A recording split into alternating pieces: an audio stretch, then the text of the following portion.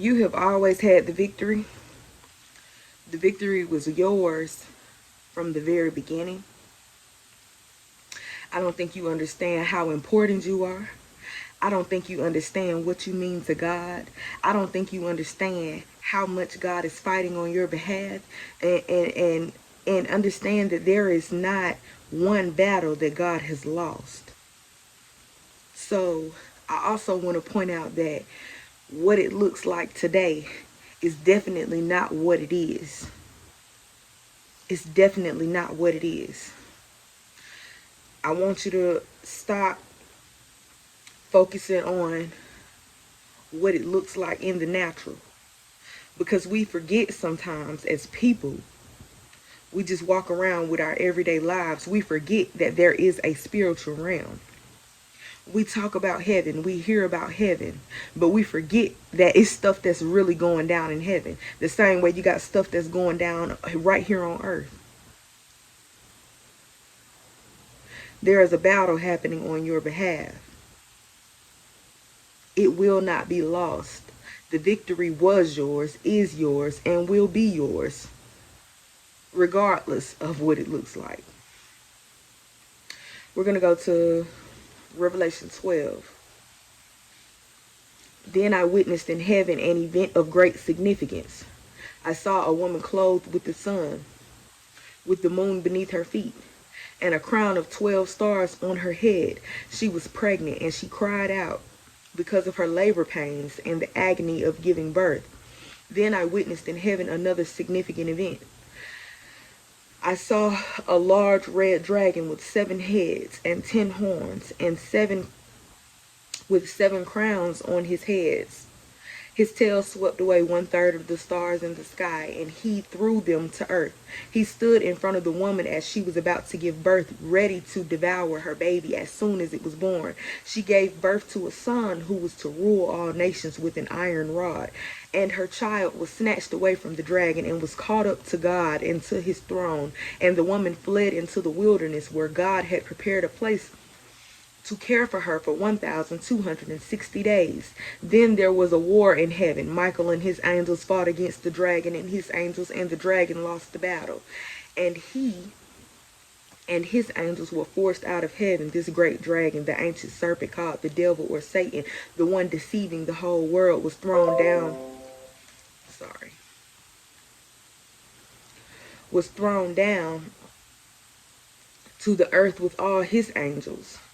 Then I heard a loud voice shouting across the heavens, "It has come at last, salvation and power, and the kingdom of our God, and the authority of his Christ. For the accuser of our brothers and sisters has been thrown down to earth, the one who accuses them before our God day and night. And they have defeated him by the blood of the Lamb and by their testimony. And they did not love their lives so much that they were afraid to die. Therefore rejoice, O heavens, and you who live in the heavens, rejoice. But terror will come down on the earth and the sea, for the devil has come down to you in great anger, knowing that he has little time." When the dragon realized that he had been thrown... Sorry, that's my battery.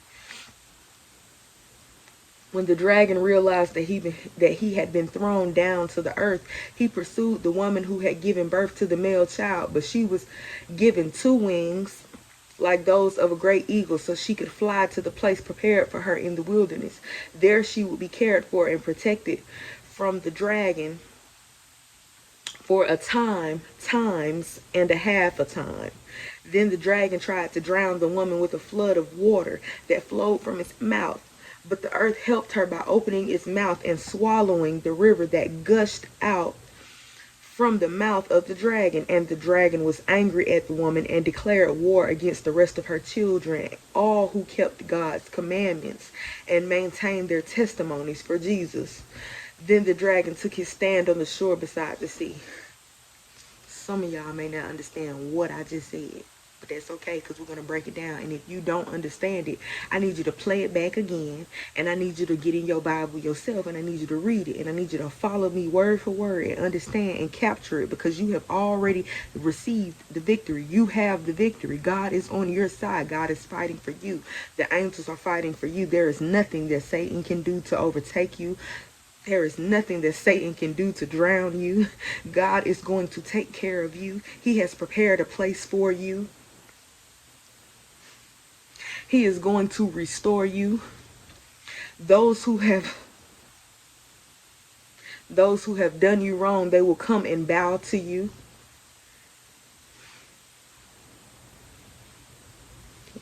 One second.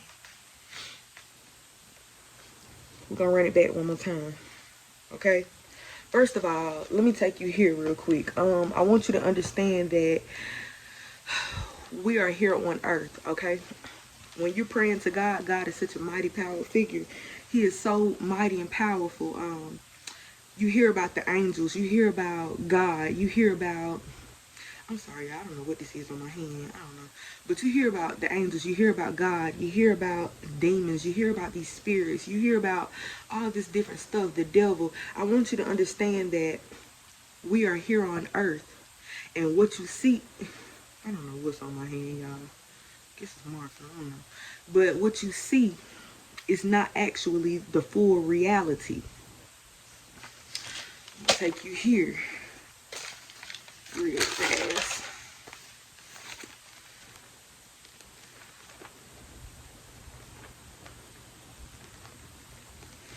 Big Mama needs something to snack on. I might go get me a piece of cake and some milk after I'm done with this.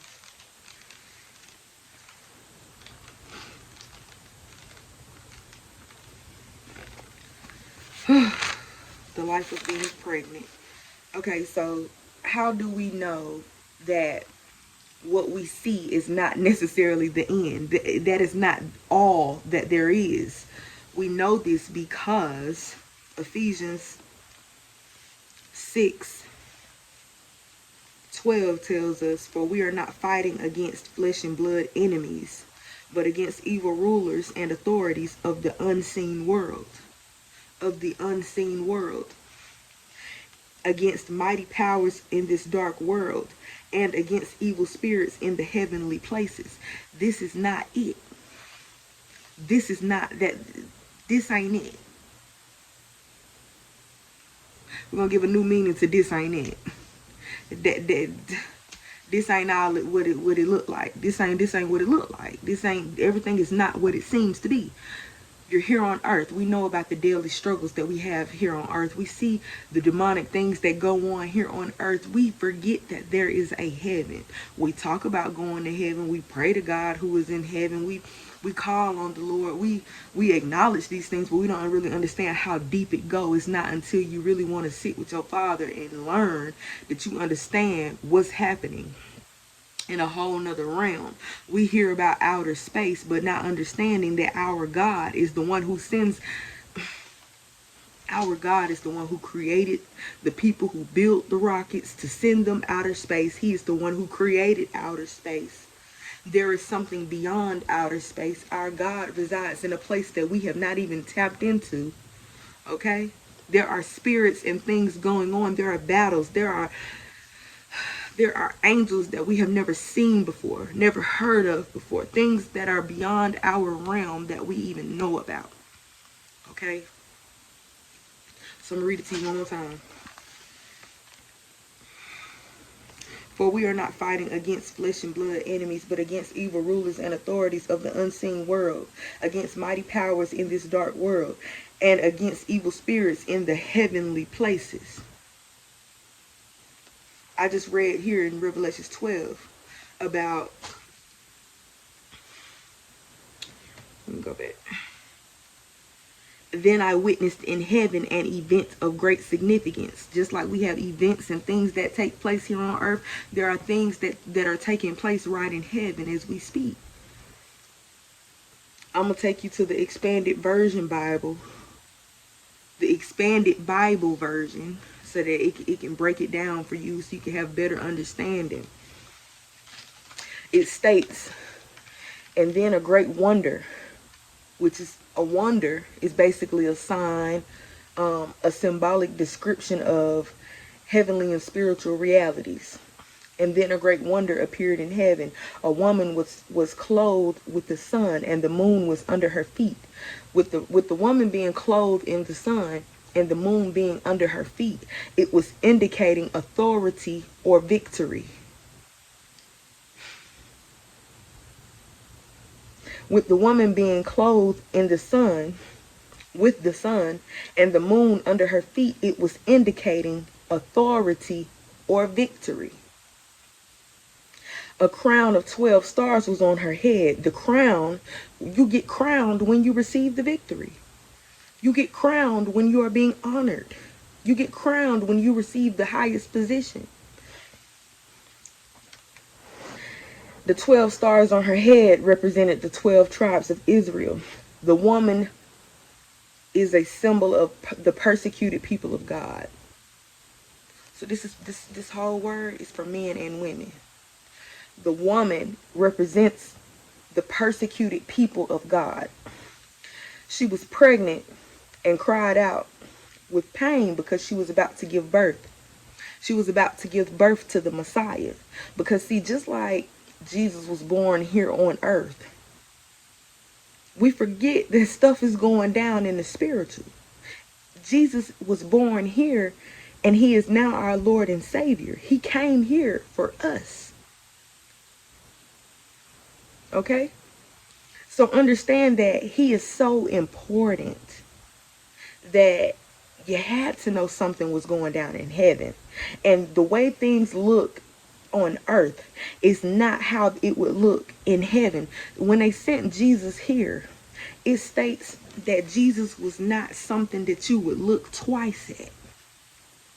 When you think about what Jesus would look like, you probably would think he was some handsome, fine, something scrumptious, but it's the complete opposite. It's the complete opposite. Nothing is ever what it seems. Nothing is what it seems like, what you would imagine. We have a crazy imagine us as little people, little old us. Little old us.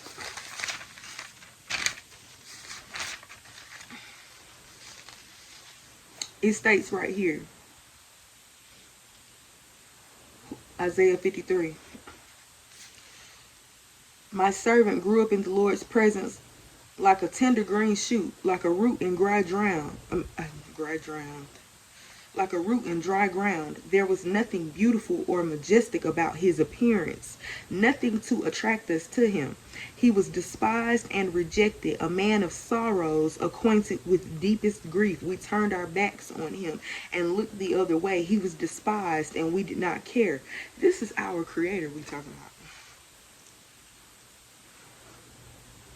Yet it was our weaknesses he carried. It was our sorrows that weighed him down, and we thought his troubles were a punishment from God, a punishment for his own sins. But he was pierced for our rebellion, crushed for our sins. He was beaten so that we could be whole. He was whipped so that we could be healed. All of us, like sheep, have strayed away. We have left God's path to follow our own. Yet the Lord laid on him the sins of us all. Just go read Isaiah 53. The thing is, God came in the flesh and he didn't even look like what we thought he would look like. So the things of heaven are not going to look like what you think they should look like. Symbolic things are not going to look the same on earth as it is in heaven. Okay? So, back to the message. She was pregnant and cried out with pain because she was about to give birth to the Messiah. Some of y'all were walking around pregnant and didn't even know it, and pregnant in the spirit, and it was at some of you all's lowest points. It was at some of you all's most painful points, in the most painful moments in your life, where you gave birth to the Messiah, where you gave birth to Jesus, where you found God. Some of you went through hell and back. It was painful when you found God. And that's how we get to this point where we are able to praise and worship and know him and love him and know how much he loved us, and just be able to bask in his presence. And I'll get back to that because I love me some Jesus. Then another wonder appeared in heaven. Another wonder. Wonder is a sign, a portent. P-O-R-T-E-N-T. What is a portent, y'all?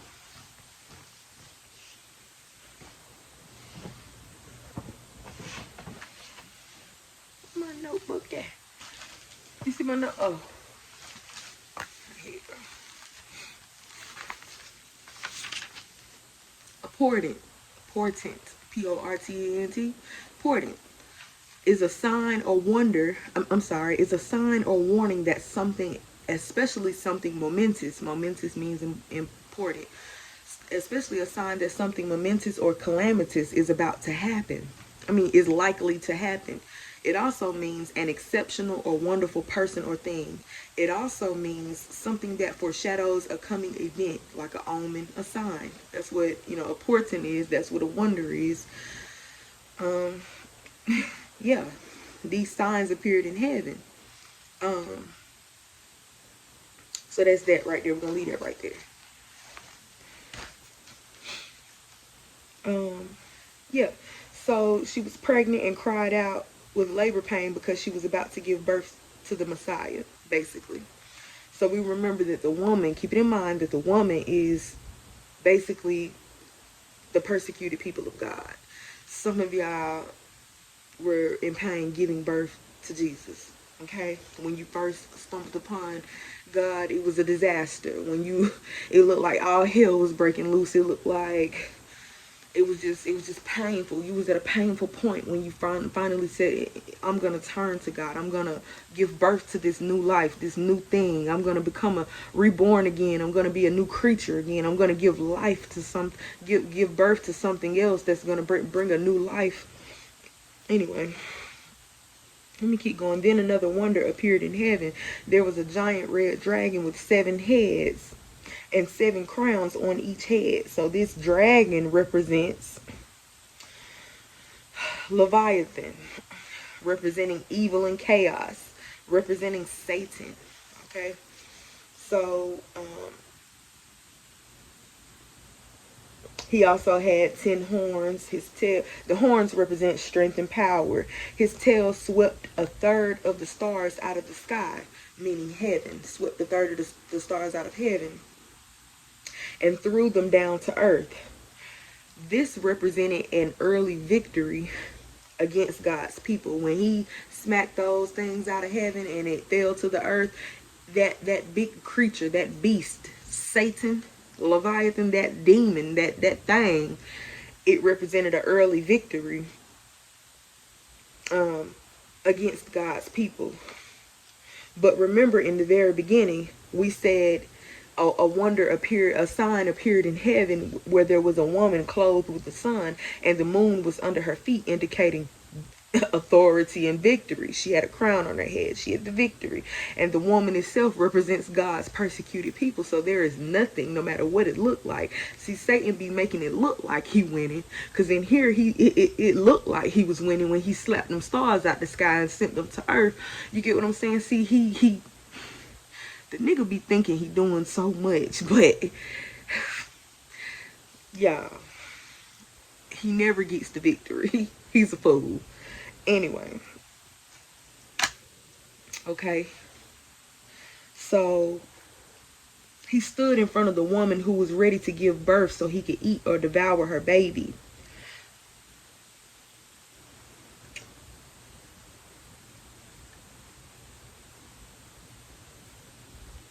So we know that the devil comes to steal, kill, and destroy. We know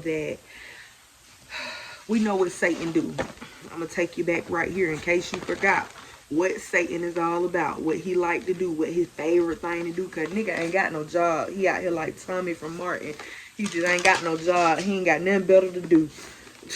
You ain't got no job, Satan. Just out here just messing with folks. Anyway, 1 Peter 5:8, it tells us, stay alert. Watch out for your great enemy, the devil. He prowls around like a roaring lion looking for someone to devour. So here it is, this woman God's people was getting ready to give birth to the Messiah, and he is right here prowling around. See, some of y'all, Satan been following you. He's trying to distract you. He don't want you to come in contact with this person. This person is so powerful, and he's watching. He said, no, please don't snatch them out of my hand. I need this person to be devoured. Some of y'all have had opportunities, and Satan is right there prowling, trying to take the opportunities from you, trying to snatch your children from you, trying to snatch your destiny from you, trying to snatch your career from you, trying to snatch that idea from you, trying to snatch that that hope from you, trying to snatch that prayer from you, trying to snatch that blessing from you, trying to snatch things from you. He's right there as you're giving birth, as you're about to give birth to this new thing. And he is standing right there waiting to devour your baby, your new beginning, your new thing. He's waiting. He's waiting right there to devour your marriage, to devour your friendship, to devour your family. He cannot allow you. His job is to be a punk, basically. He cannot allow you to get away. He cannot allow you to step into the glory of God, because he knows that once you are free, you are going to go and take off like a forerunner. You're going to take off and set other people free. You're going to birth children. And next thing you know, his stronghold, his grip, his power will be... See, nigga thought he had an early victory. Some of y'all have been so deep in sin. Some of y'all have been just tormented, not even deep in sin, just tormented by him. He's been able to keep you down, keep your finances bound, keep your children bound, keep your mindset bound, keep you in those habits, keep you with those friends and those people, keep you in certain places. Keep you in that job that takes away from your time with God, the time with your children, the time that you need to grow and thrive in the Lord. He's been trying so hard to keep that early victory, because some of y'all, it looked like he was winning. It looked like he was winning. He wasn't winning. So here it is, he's standing in front of this woman who is about to give birth, and he's ready to devour her baby, her child, Jesus, the Messiah, as soon as it was born. Then the woman gave birth to a son who will rule all nations with an iron rod. See, y'all, some of y'all, when y'all gave birth to God, y'all gave birth to the Messiah, to Jesus in your life. You knew that he was your Lord and he was your Savior, and he is ruling in your life. He is ruling over your finances. He is ruling over your household. He is ruling over your children. He is ruling over your job. He is ruling in every area. Some of you have surrendered every area to him. Satan had no victory. He had no power. He didn't want this moment to come. He didn't want this moment to come. Then the woman gave birth to a son. Then God's persecuted people gave birth to a son. They gave birth to Christ. Some of you are new to Christ. You are babies in Christ. Some of us. And the thing about a baby, you don't know how they gonna grow up. Nobody knew that Martin Luther King was gonna grow up to be Martin Luther. Nobody knew that. Let me tell you something. I just said Martin Luther King. Martin Luther King is just Martin Luther King. You know what I'm saying? He's just a man. But he did great things. And there are so many other people that have done even greater things. But that was just an example that rolled off my tongue. Nobody knew that the president was going to be the president when they was first born. Nobody knew, the same way that nobody knew a terrorist was going to be a terrorist when they was first born, killing people, doing the devil's work, and just taking out generations, mass murders. Nobody knew Jeffrey Dahmer was gonna be Jeffrey Dahmer when he was a baby. You know what I'm saying? But they say in the end Jeffrey gave his life to the Lord, which I hope he did, because if not, that's a bad look right there for Jeffrey if he didn't accept the Lord for real, because he going to hell. But I don't know, that's with the Lord and Jeffrey. But the thing is about a baby, you see this beautiful cute baby, but you never know if they're going to grow up to be the devil's child or God's child. But the thing about it is, these people right here, God's persecuted people, gave birth to a son who will rule all the nations with an iron rod. And they gave birth to the Messiah. You have given birth to the Messiah in your life. And this is a dangerous moment for the devil. And her child was taken up or snatched away, basically. Her child was taken up to God and to his throne. See, Satan's victory was already thrown off. When that child came up, when that child came out, it was snatched up and taken to God. Some of y'all, we hear about the parable of the seed or the farmer or something like that. When people get a message and it gets snatched away, or it get crumpled up, or it fall between the rocks or something like that, or it go in one ear and out the other. Some of y'all, when y'all gave birth to Christ, that thing you gave birth to, it was snatched up and taken to God. They can't take that. God himself, the creator. See, sometimes we give too much power to the devil because we forget that God created all things. So how can something that was created by God be defeated? Allow God. How can something that was created by God turn around and defeat God? He created all things. So sometimes we give the power a little too much, we give the devil a little too much power, a little too much credit, and a little too much recognition. We get this punk nigga a little too much attention because we forget God created you too.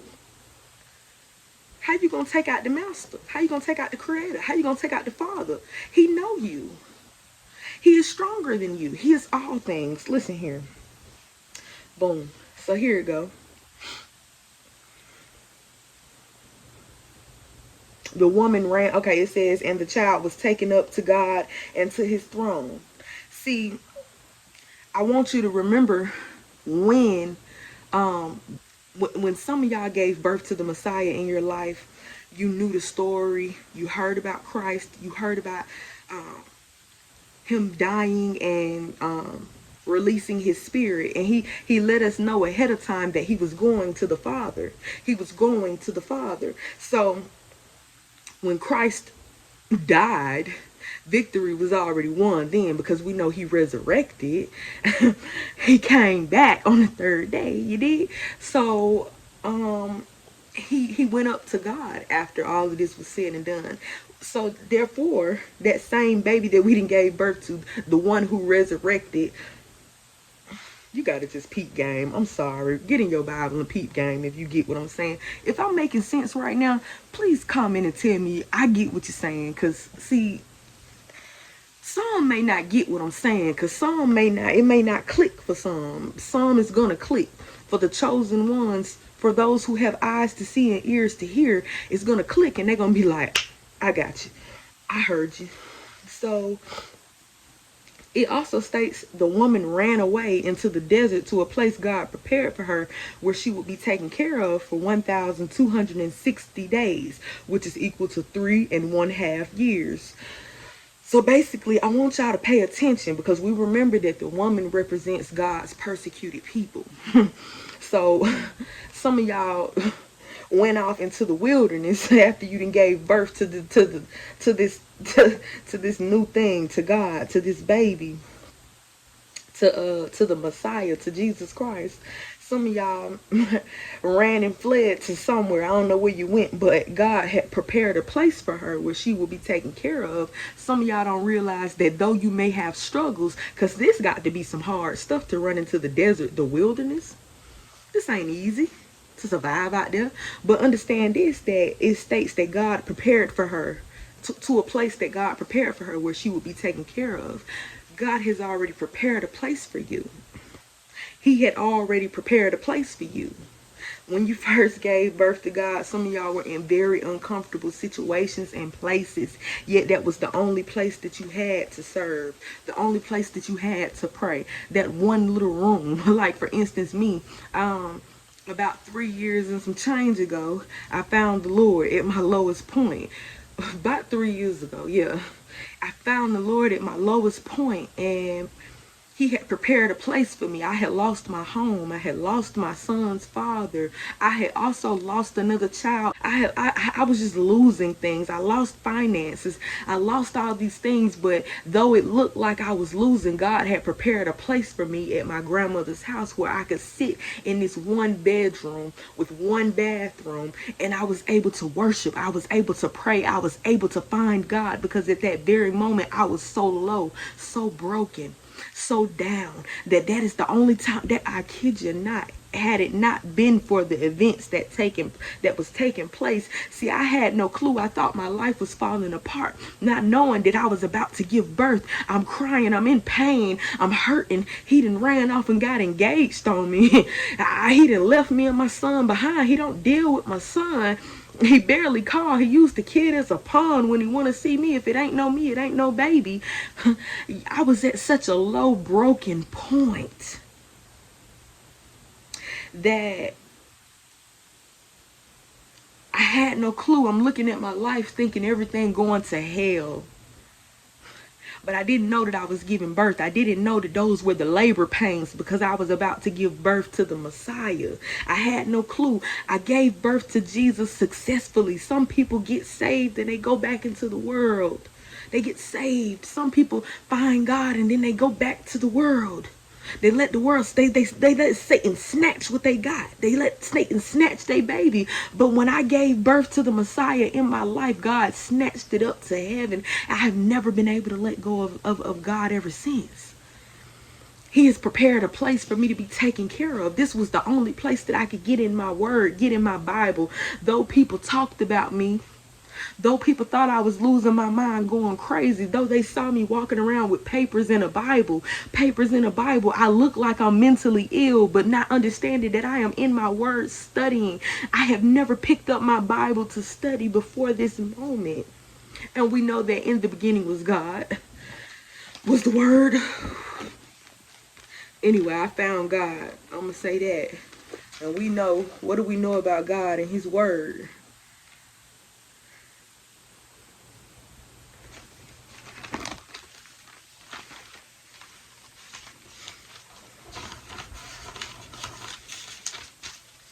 In the beginning was the word.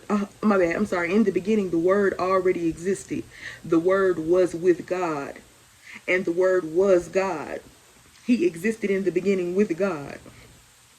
God created everything through him, and nothing was created except through him. The word gave life to everything that was created, and his life brought light to everyone. The light shines in the darkness, and the darkness can never extinguish it. See, nothing could put out my fire. When I got hold to that Bible, I was in that King James version every blue moon.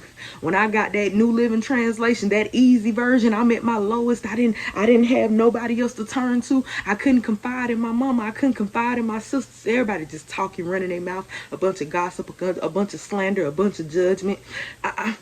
I was one of God's persecuted people, but at that moment, I didn't even realize that I was the woman standing there clothed in the sun with the moon beneath my feet. Because see, I used to sit on my porch and the sun beaming dead on me. I used to sit in the moonlight with a flashlight on my grandmother's porch in that Bible, outside in my car 2, 3, and 4 in the morning, looking like a nut job, looking like I had nothing else going on, looking like I was just a bum in their eyes, not understanding I was with the word, I was with God.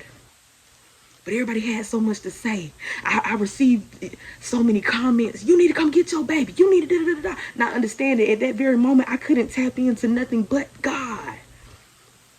God prepared a place for me, prepared a place where my child could run freely with supervision, of course, and where I could get in my word and find him, get to know him, find the truth, find out who I was, what I was, where I'm from, and regain my life that I had before I came to this world. Because understand this, you were born, but God knew you before you were born. He knew you. So where did you come from? This is a reminder to know where you came from, who your people is, who your daddy is, who got the victory.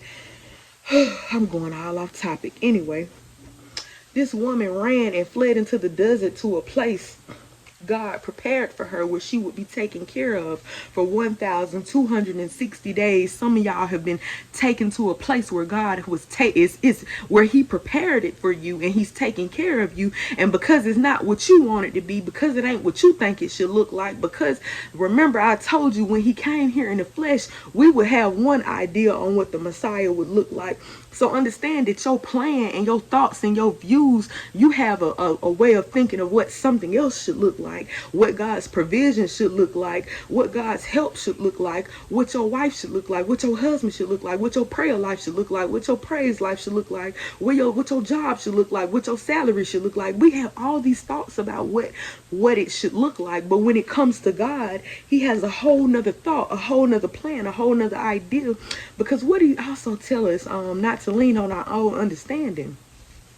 You get what I'm saying? Well, he also tell us not to put our trust in man, but to put our trust in God. But we are also man, so we sometimes forget that we can't even put our trust in ourselves, because we do make mistakes as people.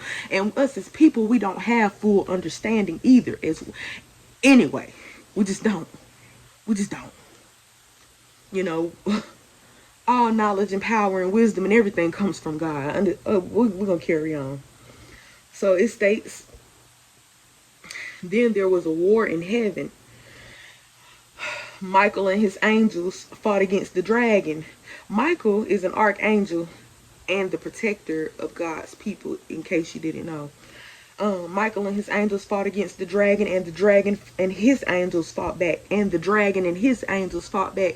We remember that the dragon was identified as the serpent, as Leviathan, as the devil, as evil, as Satan. We remember that portion, right? So it states that the dragon and his angels fought back. So that lets you know that the devil got his workers too, his minions too. So understand that if it's the devil's workers here on earth, you got to know that it's some devil workers up there in heaven trying to stop stuff. But one thing about it, one monkey can't stop no show. So you can't come up against the big dog for real. You just can't. So it says, and his angels fought against the dragon, and the dragon and his angels fought back. But the dragon was not strong enough, and he and his angels lost their place in heaven. Lost their place in heaven. Some of y'all don't understand that Satan been lost. He lost his position a long time ago. He lost his position when birth was given. When the baby was born.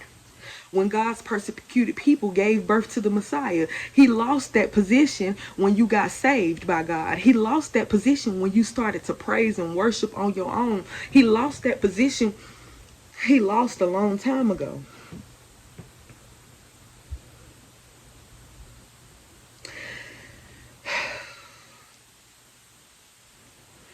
The giant dragon was thrown down out of heaven.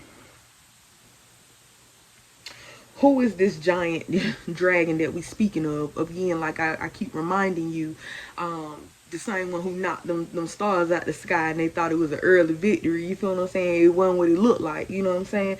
So we know that this is Satan. We know that Satan is that old snake, that serpent called the devil or Satan. And I'm going to remind you of who this same... see, the nigga never win. I don't know why he be coming up against us. I don't know why he even... This is the most... This nigga got some real deal consistency. That's the only props I can give to the devil, is that this nigga won't stop, can't stop, won't stop, can't stop. The consistency. So can you imagine? Child, if only he put his efforts into turning back and serving God. The consistency. But he never stopped. So he is that old snake called the devil or Satan. But we remember, I'm going to give you an example of when this nigga first jumped off the porch trying to pull his trickaroos, and it didn't work then. And I'm going to remind you what God said about him then. This is before he tried to pull this trick right here. I'm going to tell you about what he said then. Okay. But this is the devil who tricks the whole world. He deceives people. He leads people astray. A lot of people are being deceived and led astray by other things by the devil. And they're not even paying attention right now. But Anyway, the dragon with his angels was thrown down to earth. So that lets you know that the devil is here on earth with his minions, with his workers, with his people, with his we know we got some people that do the devil's work. We done seen them with our own two eyes, these demons, and we hear about them, these demonic people. So anyway, it states, then I heard a loud voice in heaven saying, the salvation and the power and the kingdom of our God and the authority of his Christ have now come. The power, the authority, okay, of his Christ, which is Messiah, the anointed one, have now come. For the accuser of our brothers and sisters who accuse them day and night before God has been thrown down. Also, remember I said I was going to put you up on game about when this bum was trying to trick and deceive people from the very beginning of time, when he was a snake from the very beginning of time. Genesis 3:15, he said, and I will cause hostility between you and the woman, and between your offspring and her offspring, and he will bruise your head and you will strike his heel. That's when he tempted Eve with the fruit and all of that in the very beginning of time.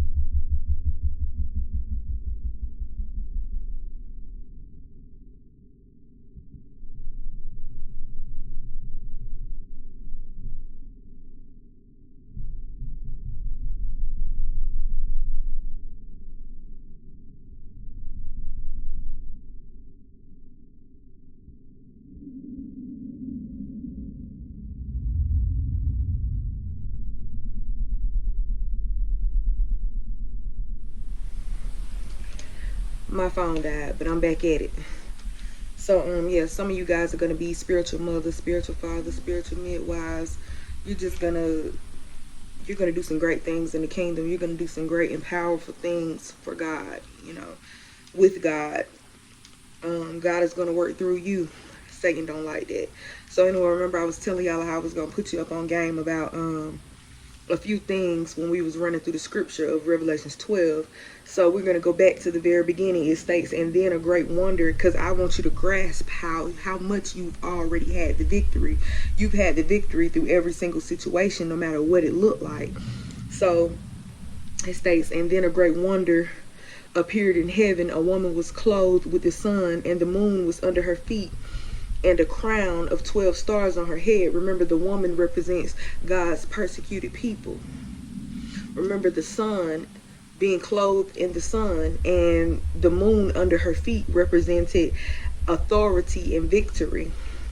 And remember, the crown represents the 12 stars. The crown with the 12 stars over her head represented the 12 tribes of Israel, which is, a symbol of the persecuted people of God. But anyway, so we spoke on that, but I want to remind you of who also had a vision about the sun, the moon, and the stars. Okay? So we can go to Genesis 39:7. Then Joseph had another dream. He told his brothers about it. Excuse me. I'm not playing no games. Roll over and go to sleep.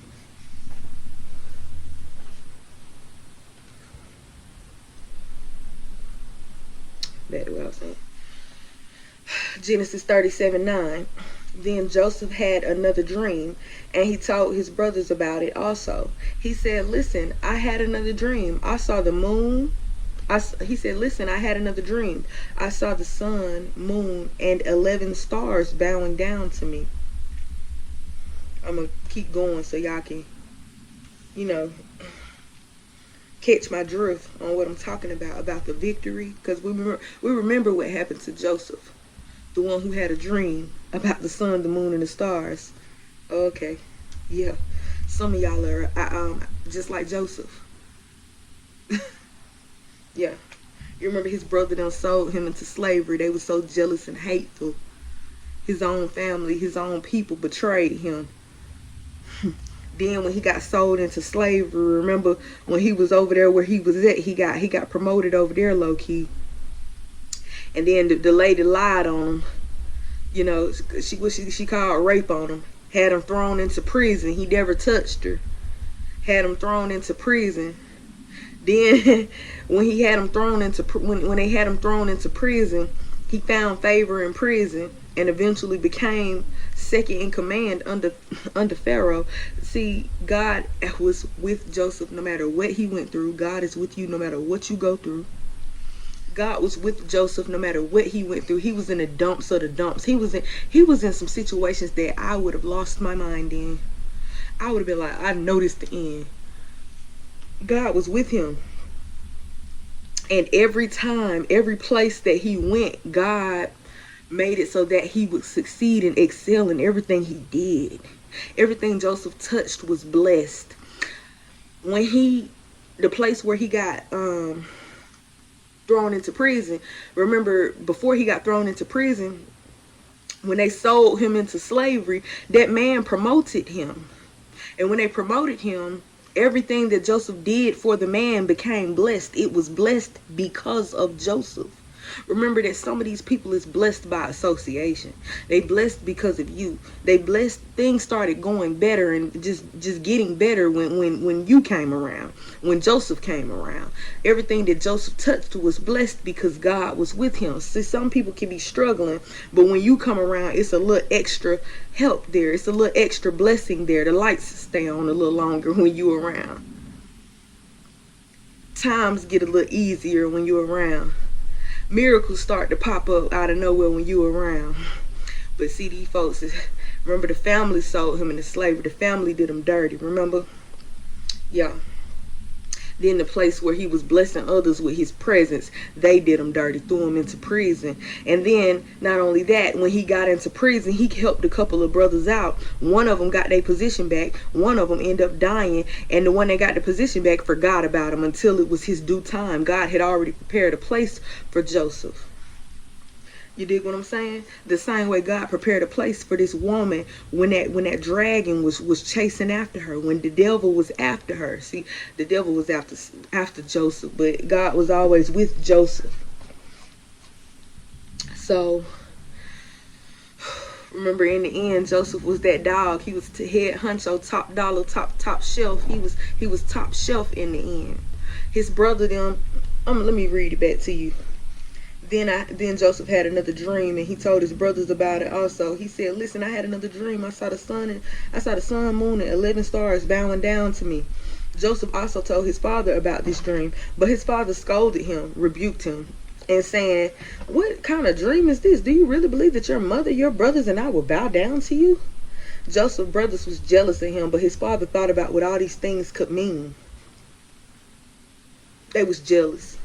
Sold him into slavery. They wanted to kill him at first, remember? But then we remember what happened in the end, right? We remember what happened in the end to the... Anyway, we can go to when he was promoted. We know after all of that, in the end, he was promoted. When he got top shelf, when he got top dollar, top dog, we remember he was promoted. He got the victory. This is when Joseph got the victory over everything that he had been through. But he had been sold by his own family into slavery. He was a slave and then got promoted in somebody's house.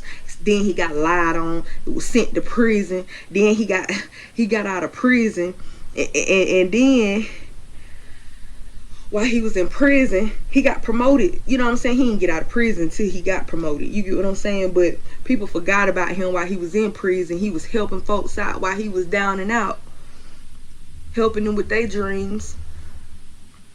Anyway, Genesis 41:38-44. So Pharaoh asked his officials, can we find anyone else like this man so obviously filled with the Spirit of God? Then Pharaoh said to Joseph, since God has revealed the meaning of the dreams to you, clearly no one else is as intelligent or wise as you are. Because remember, Pharaoh was calling in the magicians, he was calling in the wise men, he was calling in everybody, but nobody could do what Joseph could do. Nobody can do what you could do. You are special. You are one of a kind. God is with you. He gave you something. He gave you something that can't nobody even copy. Whatever you got going on, these folks can't even copy you. Whatever persecution and whatever you experiencing today, whatever hardships, whatever you got going on, get what, you still got something in you that these folks can't take away from you. God is with you. God is blessing everything you touch. Anything you do is gonna prosper.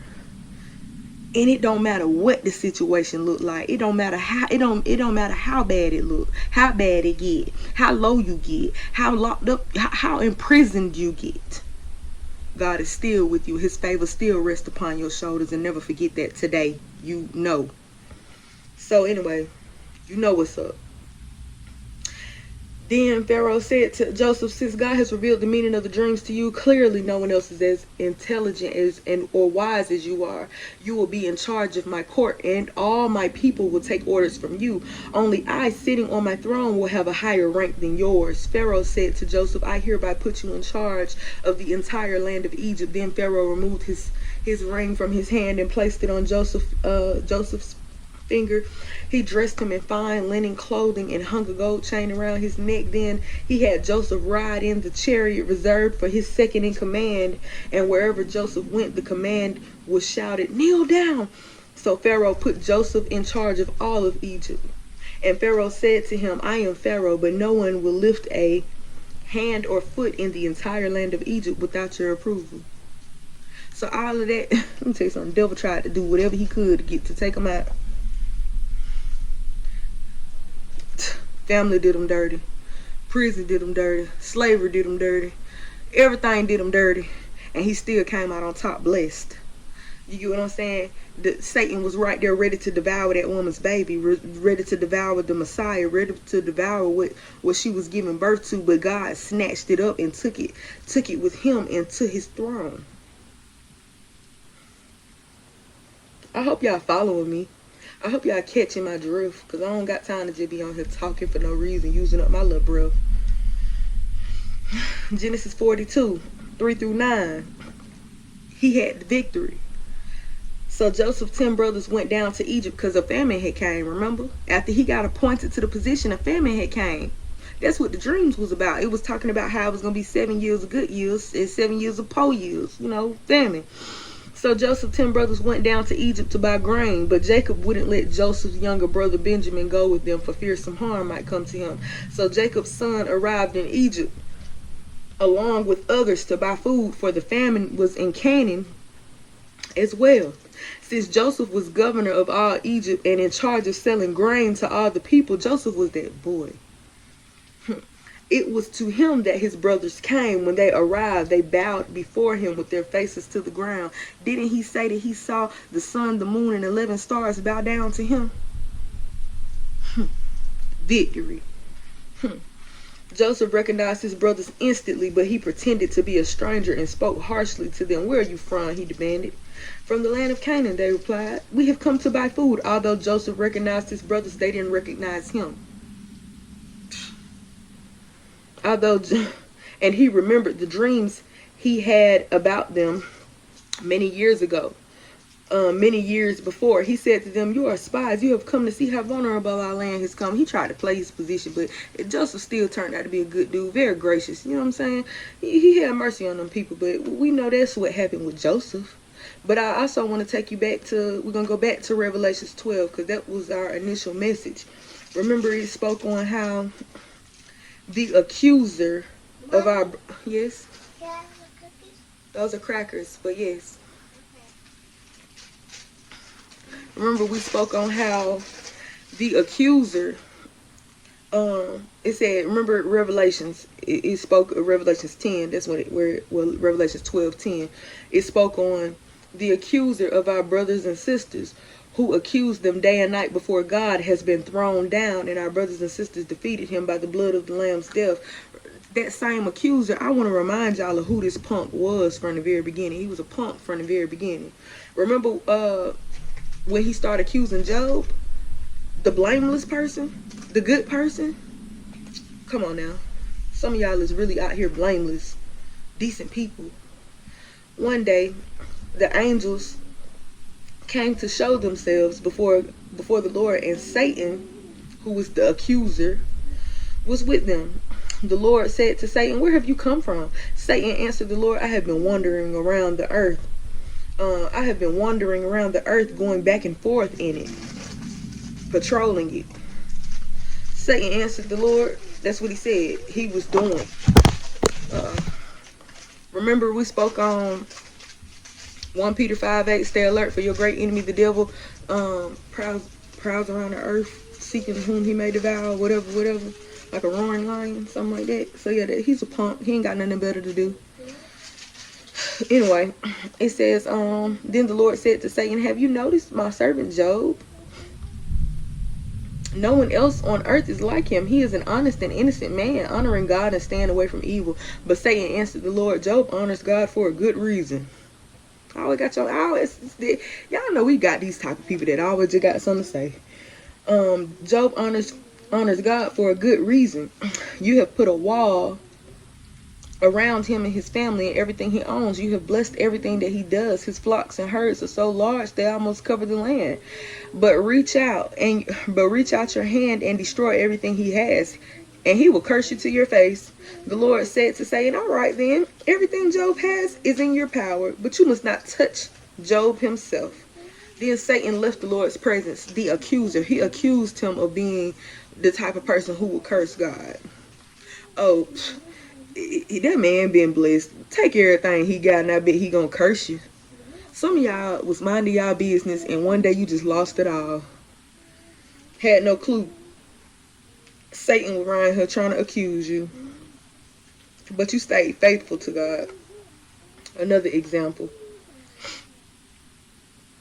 On another day, the angels came to show themselves before the Lord, and Satan was with them again.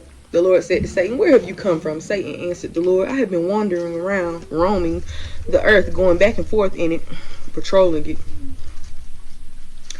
Then the Lord said to Satan, have you noticed my servant Job? No one else on earth is like him. He's an honest and innocent man, honoring God and staying away from evil. You caused me to ruin him for no good reason, but he continues to be without blame. One skin for another. Meaning, people only react if they are affected directly. That's what that means. Satan answered, a man will give all he has to save his own life, but reach out your hand and destroy his bones and flesh, and he will curse you to your face. So basically, touch his health, affect his health. The Lord said to Satan, all right then, Job is in your power, but you may not take his life. Satan went on to make this man go through hell and back with his health. Some of y'all's health has been affected, has been touched.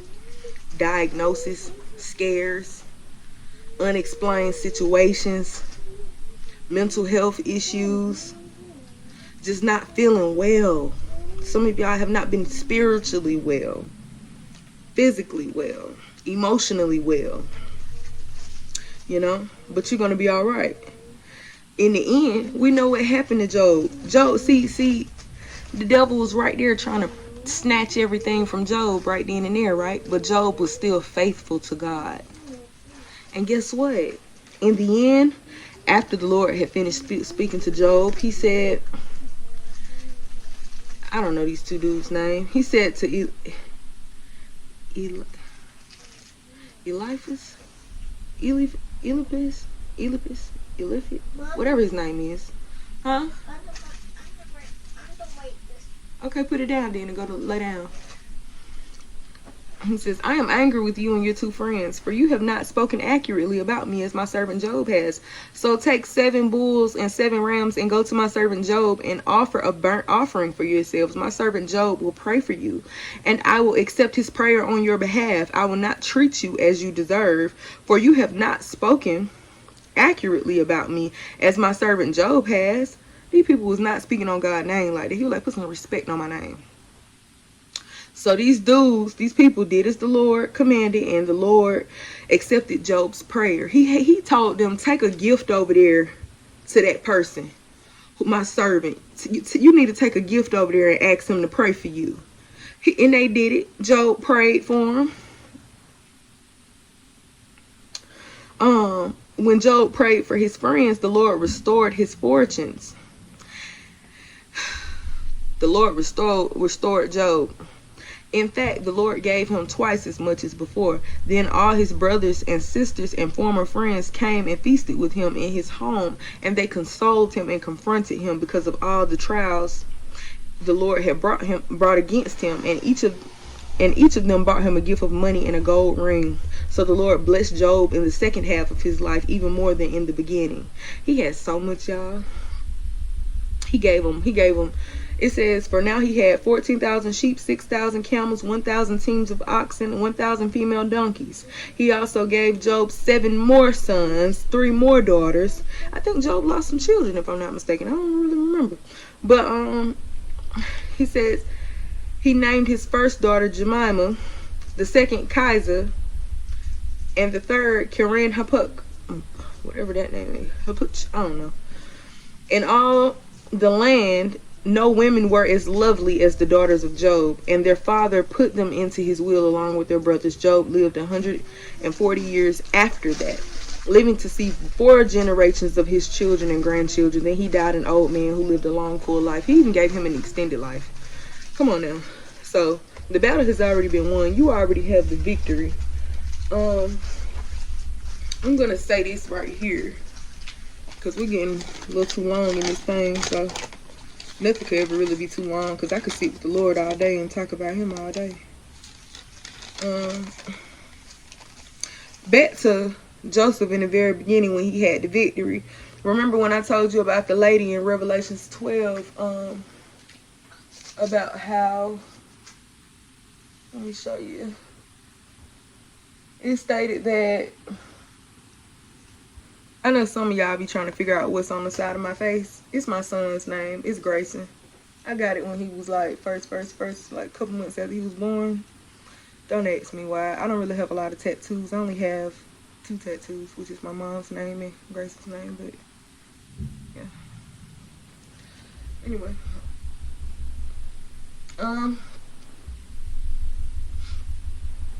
It just popped in my head. I was just like, I'm turning this way. They're probably like, what does that say? But yes. I'm reading the word of God. Alright. Alright.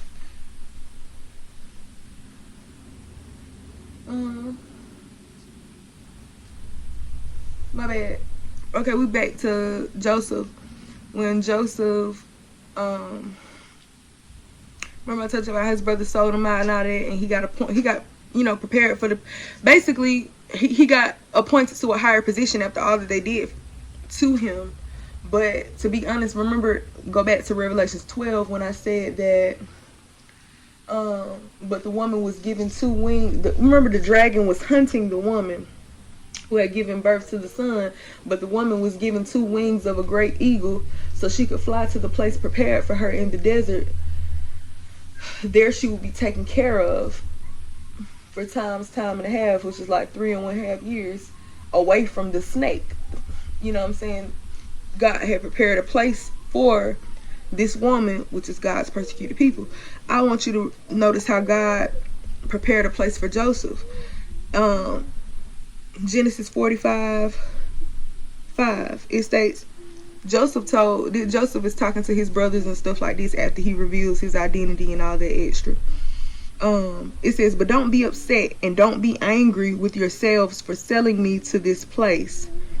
It was God who sent me here ahead of you to preserve your lives. Remember, they sold him into slavery? When he went to slavery, then they sent him to prison for something he didn't even do. He got to prison. That's where he got appointed. It was crazy, but they had no clue about the famine that was coming. It be the people who do you dirty, who gonna have to come right back around to you, and you gonna bless them. Have the heart of Joseph. Have a heart like Joseph. We don't gotta be nasty to these people. Some of these people we done already cut off, and we don't even want to deal with them for real. But you know what? Even though I cut you off and I don't want to deal with you, I'm gonna still bless you. You know what I'm saying? Joseph still blessed them. But anyway, it says, but don't be upset and don't be angry with yourselves for selling me to this place. It was God who sent me here ahead of you to preserve your lives. This famine that has ravaged the land for the last 2 years will last 5 more, and there will be neither plowing nor harvesting. God has sent me ahead of you to keep you and your families alive and to preserve many survivors. So it was God who sent me here, not you. And he is the one who made me an advisor to Pharaoh, the manager of this entire place, of this entire palace, and the governor of all of Egypt. So I'm telling y'all, the victory was Joseph out the gate. I just couldn't imagine being in prison all them years and going through slavery and all this extra. He probably saw no way out, but he knew God was with him, and God was there. So man, y'all, I hope this is ministering to your spirit and giving you what you need today. But I think we're pretty much about to be done. So we spoke on Revelations 12 about the war that's going on in heaven on your behalf and how you already have the victory, how the serpent will not win, how the devil will not win.